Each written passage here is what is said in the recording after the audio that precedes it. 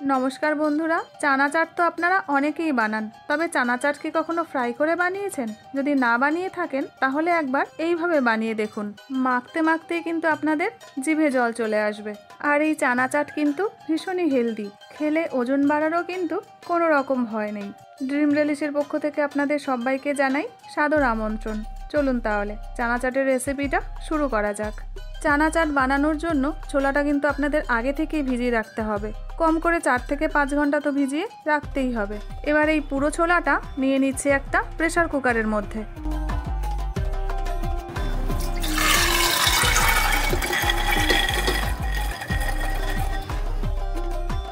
এবারে এর মধ্যে দিয়ে দিচ্ছি পরিমাণ মতন জল, 1 চামচ লবণ আর অল্প করে একটু হলুদ।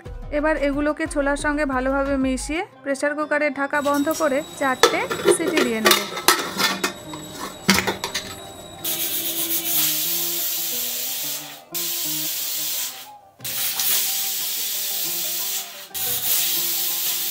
এদিকে চানা চাটের জন্য কয়েকটা জিনিস কেটে নিয়েছি, শসা, টমেটো, কিছুটা পেঁয়াজ আর এখানে 2টো আলু এভাবে টুকরো টুকরো করে কেটে নিয়েছি। এবারে আপনাদের একটা মশলা বানাতে হবে, আর মশলাটা বানানোর জন্য একটা বাটিতে আমি কিছুটা তেঁতুল এইভাবে জলের মধ্যে ভিজিয়ে রেখেছিলাম। এবার তেঁতুলটা থেকে তেঁতুলের পাল্পটা বার করে নেব, আর যে বীজটা আছে তেঁতুলের সেটাও ফেলে দেব। এবারে এই তেঁতুলের পাল্পটা অন্য একটা বাটির মধ্যে ঢেলে এর মধ্যে কিছু গুঁড়ো মশলা অ্যাড করে দেব। যেমন দিয়ে দিচ্ছি 1 চামচ জিরে গুঁড়ো, 1 চামচ ধনে গুঁড়ো, 1 চামচ কাশ্মীরি লঙ্কা গুঁড়ো, অল্প করে একটু হিং আর 1/2 চামচ বিট লবণ। এবারে এই সমস্ত কিছু খুব ভালো করে মিশিয়ে একটা মশলার পেস্ট বানিয়ে নেব।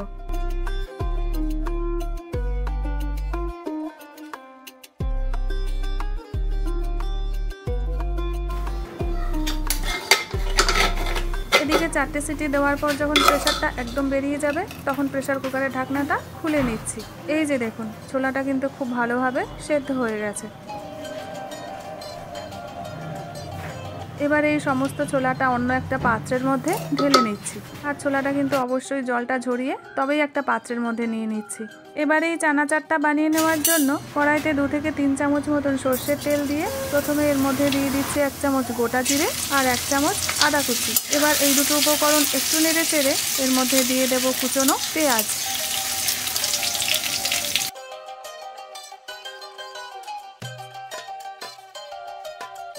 আর পেঁয়াজটা দিয়ে 3 থেকে 4 মিনিট মতন ভাজলেই দেখবেন পেঁয়াজটা এরকম নরম হয়ে গেছে আর পেঁয়াজের কালারটাও চেঞ্জ হয়ে এসছে। এই সময়ই এর মধ্যে দিয়ে দেব মশলার পেস্ট। ওই যে তেঁতুলের পাল্পের মধ্যে গুঁড়ো মশলা দিয়ে যে পেস্টটা বানিয়েছিলাম না, ওই পেস্টটাই এই পেঁয়াজের মধ্যে এখন দিয়ে দেব।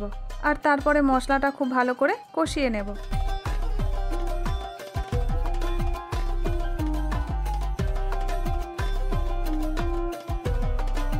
প্রায় 4 থেকে 5 মিনিট মতন কষিয়ে এবার এর মধ্যে সেদ্ধ করে রাখা ছোলাগুলো দিয়ে দেব। আর সেদ্ধ ছোলা দেওয়ার পর একটাই কাজ, সেটা হলো ছোলাটাকে খুব ভালো করে মশলার সাথে মাখিয়ে নেওয়া। এমনভাবে ছোলাগুলো মাখাতে হবে যেন প্রত্যেকটা ছোলায় মশলাগুলো সমানভাবে ঢোকে।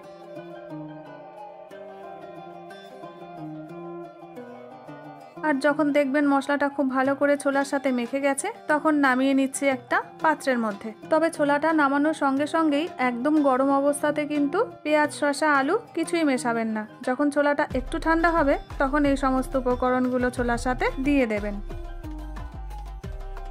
এখানে আমি শসা, টমেটো, আলু, পেঁয়াজ এগুলো দিয়ে দেওয়ার পরে ওপর থেকে দিয়ে দিচ্ছি কিছুটা ধনেপাতা কুচি, অল্প করে একটু কাঁচা লঙ্কা। তবে ঝাল যদি আপনারা এর থেকে বেশি খেতে পছন্দ করেন তবে কাঁচা লঙ্কার পরিমাণটা আর একটু বাড়িয়ে দেবেন। এরপরে দিয়ে দিচ্ছি অল্প করে একটু গোলমরিচের গুঁড়ো, অল্প একটু চাট মশলা, স্বাদ মতন লবণ, অল্প করে একটু বিট লবণ আর দিয়ে দিচ্ছি অর্ধেক লেবুর রস। এবারে এই সমস্ত উপকরণগুলো ছোলার সাথে আপনাদের খুব ভালো করে মিশিয়ে নিতে হবে। আর এভাবে মাখতে মাখতেই তো জিভে জল এসে যায়।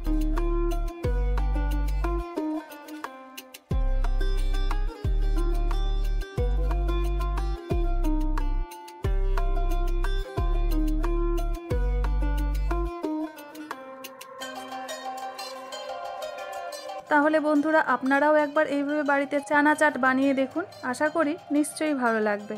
আর যদি ভালো লাগে কমেন্ট সেকশনে আমাকে জানাতে কিন্তু ভুলবেন না।